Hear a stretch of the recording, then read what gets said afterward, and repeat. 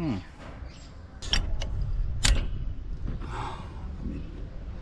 it doesn't hurt. Okay. That is way too much. Way too much. I mean.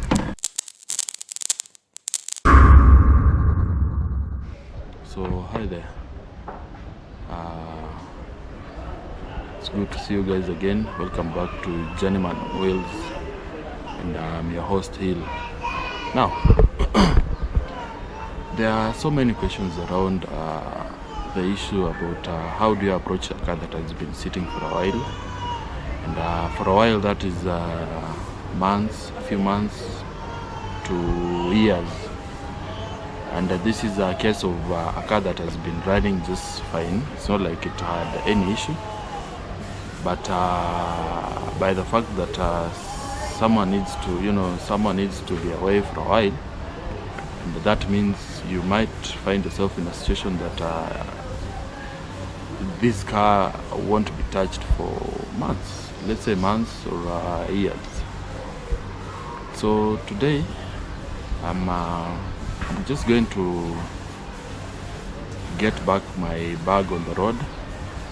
And I haven't used it for a while. It has been let's say over 5 months. 5 months of it just sitting around doing nothing. So people are always asking, is it what are some of the things that can go wrong if you leave a car sitting for a while? And I think we'll just go through that briefly.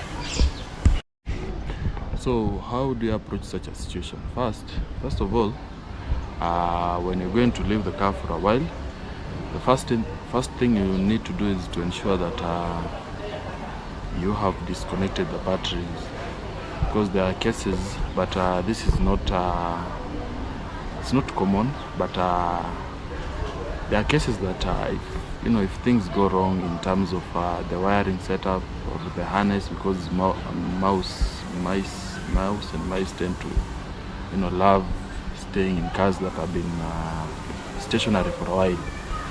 So the first thing that you're supposed to do is to ensure that the battery is disconnected.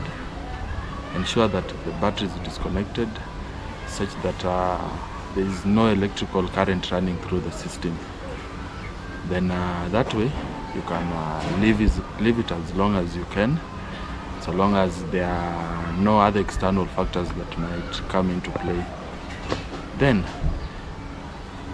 after leaving it for a while, or you've done with whatever that you are doing and you're back and you need to use the car once again. Now this is the process that personally I tend to prefer. And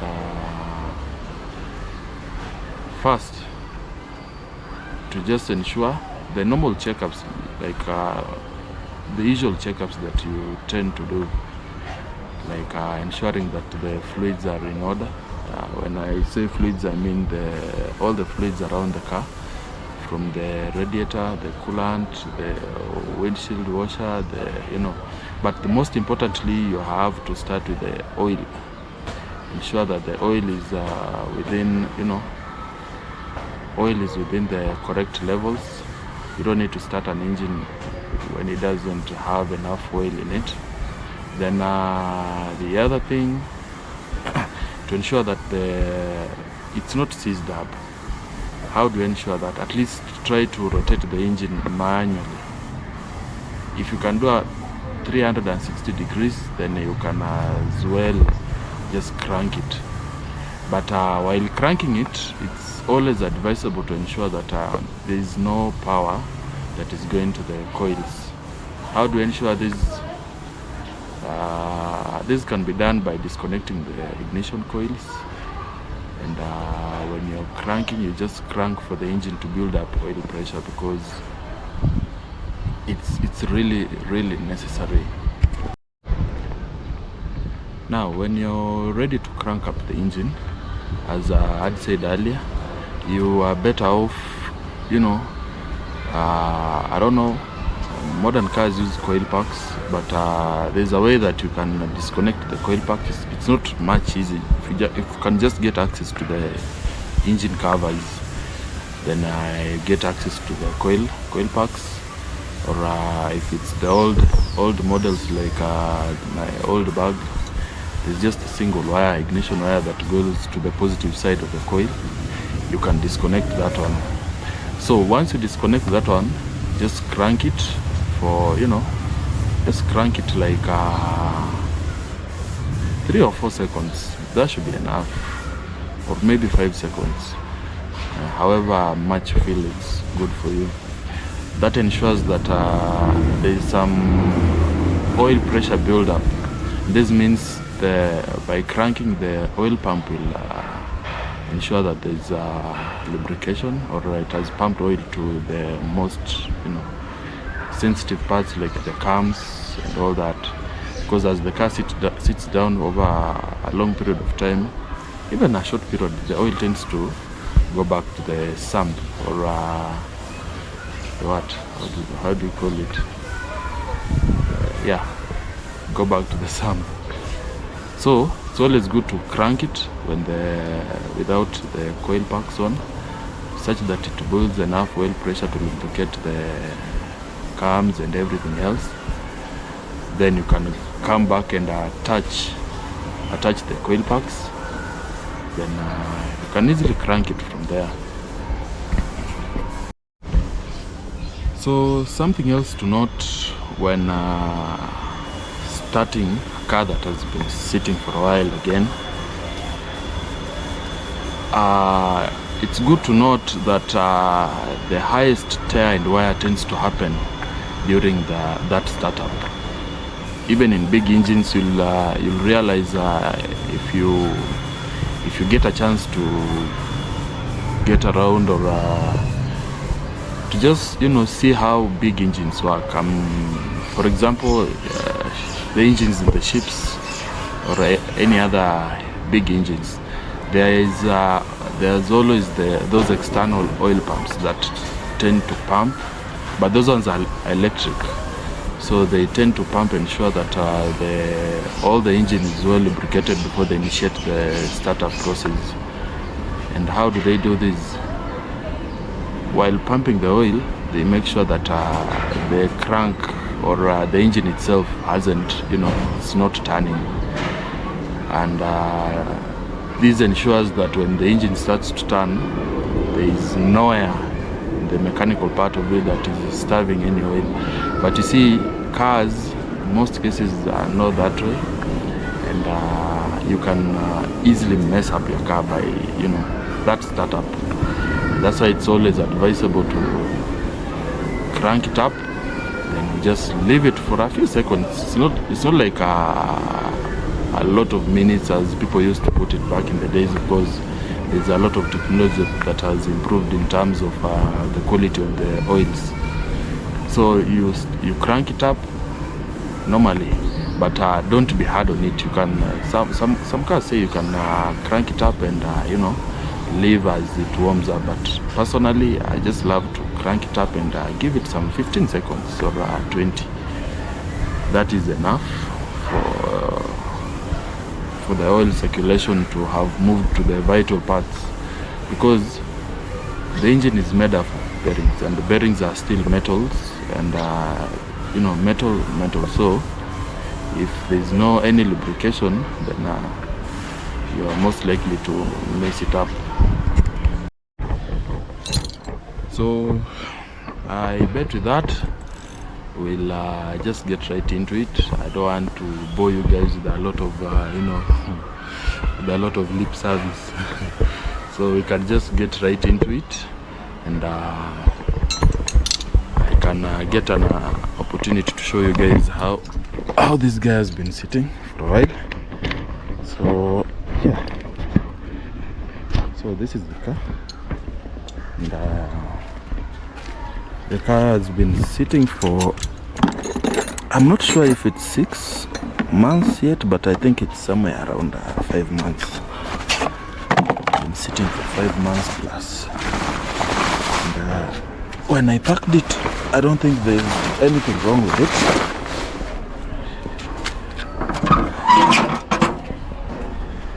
There wasn't anything wrong with it. I just fueled somewhere, and the fuel had a lot of water in it.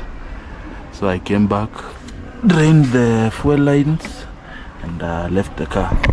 So the first thing we're gonna check is to ensure that we've got oil, and yeah, we have it somewhere in the middle. For this, let me just wipe it. Then there we go.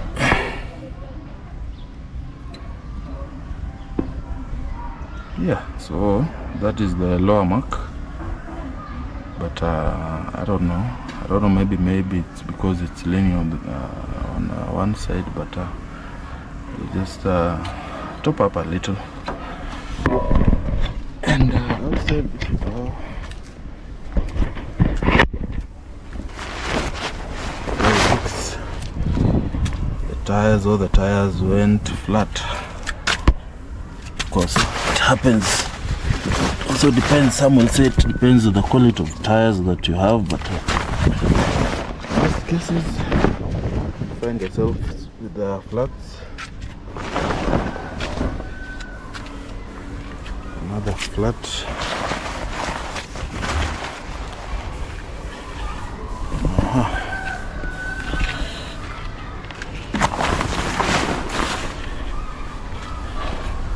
This one,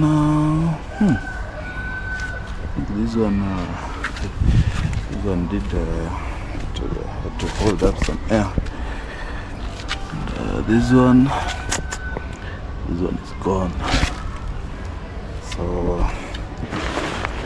that's pretty much how the car looks after sitting for 5 months untouched. And it doesn't really have any problem. I just didn't have the time to start tinkering around with it, but since today I'm motivated. Let us do something about it. In fact, if all goes well, take it for a ride. Can do some easy 100 or so kilometers around. So yeah, let us start from there.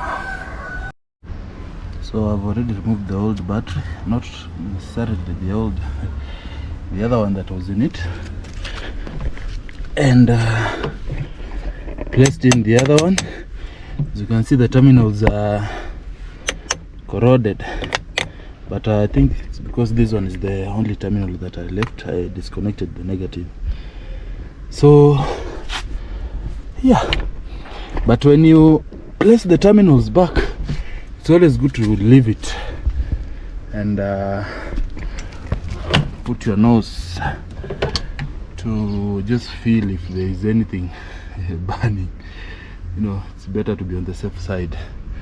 But so far, nothing is happening. And interesting. Let's see.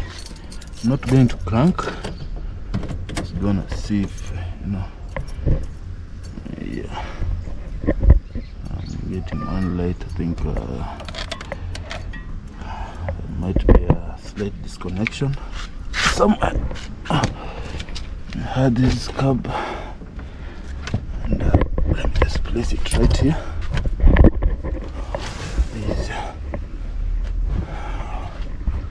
Wow, a lot of things. These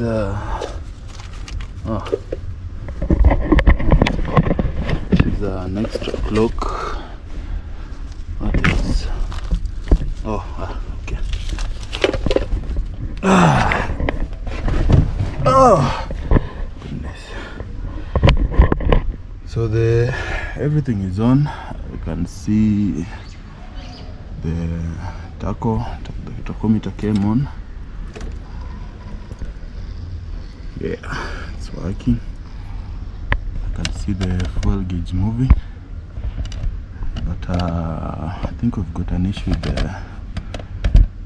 the oil light. So probably a disconnection because it was just working fine.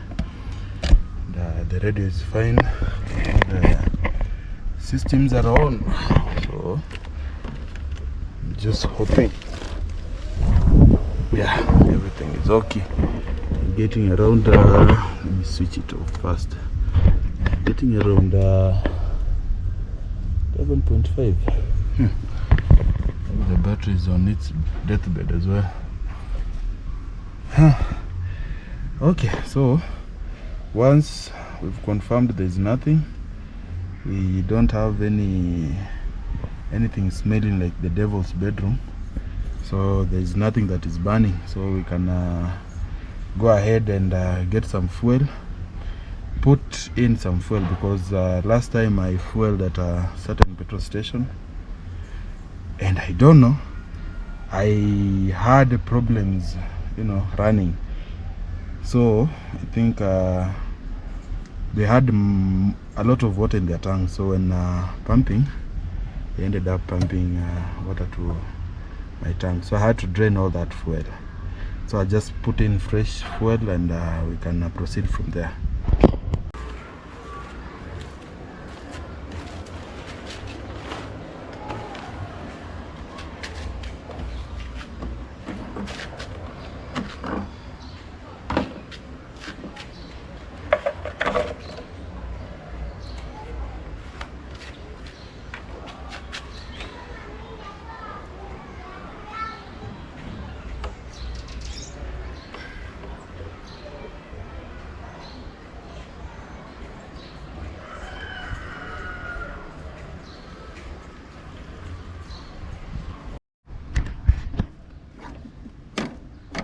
We've poured some fuel in the tank. I think we should have it flowing backwards to the filter, but I don't see anything.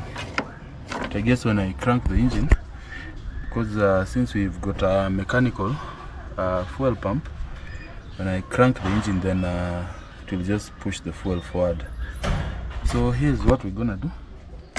Since she's been sitting for a while, for months without fuel in the system, I think it's advisable to pour some in the carb direct. Oh, that's way too much. I mean, it doesn't hurt. Okay. That is way too much. Way too much. I mean, and fingers crossed. Let's hope it's gonna crank, and maybe we might have some action. I've poured in some 5 liters of fuel. Let's see if the gauge will move.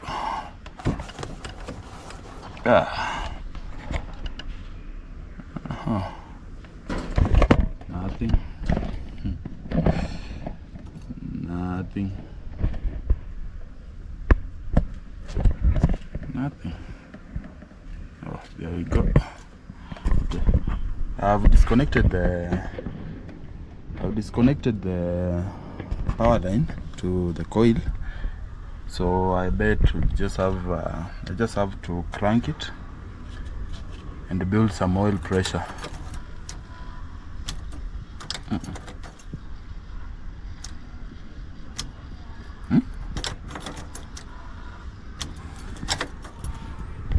What? For some reason the starter is not cranking, so the starter is not cranking, so that might mean two things. Either the starter is stuck, or there is a chance my relay is bad. So in such a case, I don't think I'm going to tinker with the wiring or trying to follow where the relay is, but I might just find a wire from the starter solenoid trigger, I mean there's always that trigger wire, so I can follow it and connect it directly to the power and feel if there is something. Okay, so for some reason, since the starter is not cranking, I think I'll just have to connect this wire to the trigger wire, then I can intentionally start it from the rear, because this is where the engine is. So I can just crank it from the rear while I'm observing how it behaves, you know. So this is not necessary, but I feel like it's my relay, my starter relay, that is misbehaving. So for some reason, I think I'm just gonna wire it direct from the starter relay trigger cable, then I'll just wire it straight. But since the engine is at the rear, I just prefer to wire it straight to the back, then you can easily start it from the rear instead of starting it in the front and going back. So at some point this will have made our work a little easier. So I'm assuming this one, when I put power into it, this cable, when I put power into it, the car should crank. But with the ignition, I have not left the ignition on, so that means it cannot start, but it will crank. So one way to find out.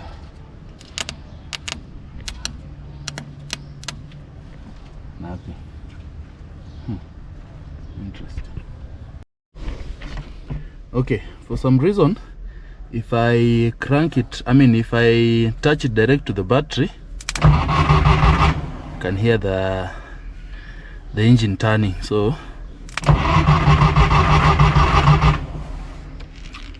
okay, but I don't know why it's not cranking from the rear, or maybe the wire is too long, or I'm not getting enough voltage. Anyway, let me try to figure that out. So just to be sure, I'm just gonna tap it on the positive side again. Yeah, I can hear the engine turning. So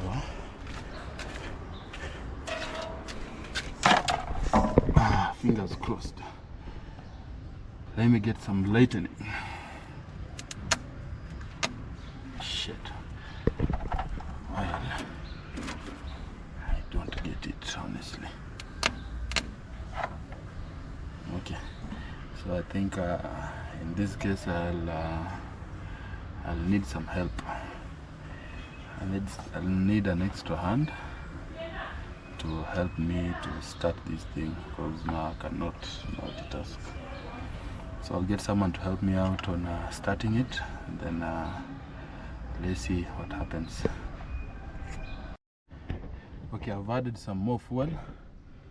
I don't know if it's a fuel thing, but I feel like the starter doesn't have enough juice, so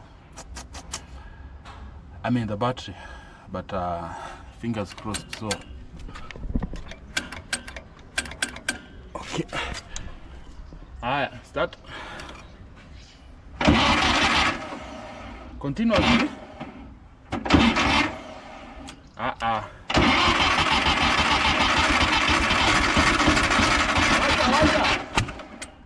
Ouch.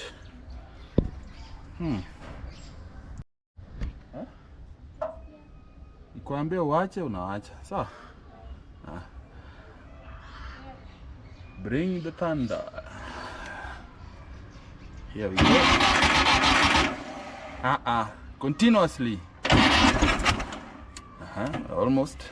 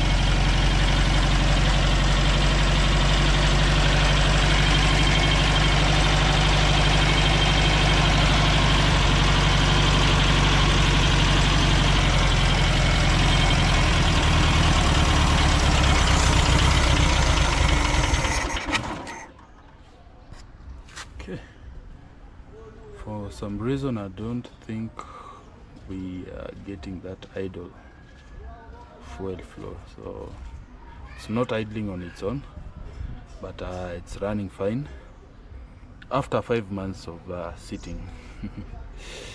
Anyway, so from now I think I'm just gonna do a few checkups and ensure that all is well.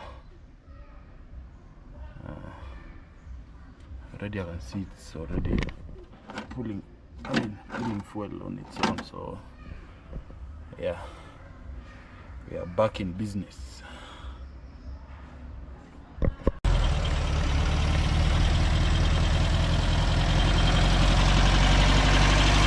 she's been running for some time, but I'm having issues with the idle. It's not idling as it should. Even so, I'm sure it's gonna get go off.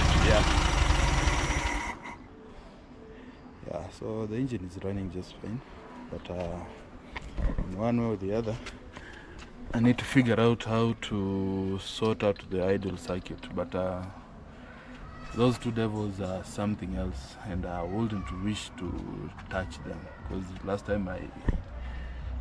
time I tried tinkering around with them, I ended up getting, my fuel efficiency went down the drain. I was doing like 1 liter, 1 kilometer a liter, so I'm not gonna tinker with it. I just leave it that way, because right now I know it's consuming as good as it was, but the issue is it's not idling. Anyway, kauja endesha gari haina idle kwanza kwa mlima. Shitbox owners know what I'm talking about. Anyway, so now that the engine is running, it has warmed up, I think it's time to, I think it's fair to set up the pump so that we can put some wind, put some air into the tires and see if we can get some wind in the tires. Time to put that whipper snap on there, Okay, so let me just set this up, have the air flowing into the tires, and I'll get you.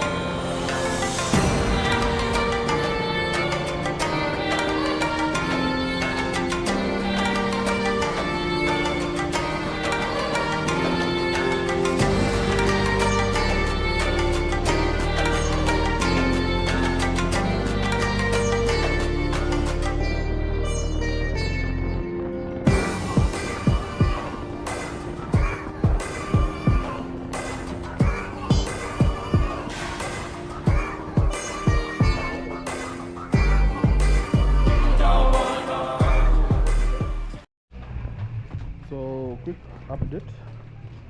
We are The car made it all the way.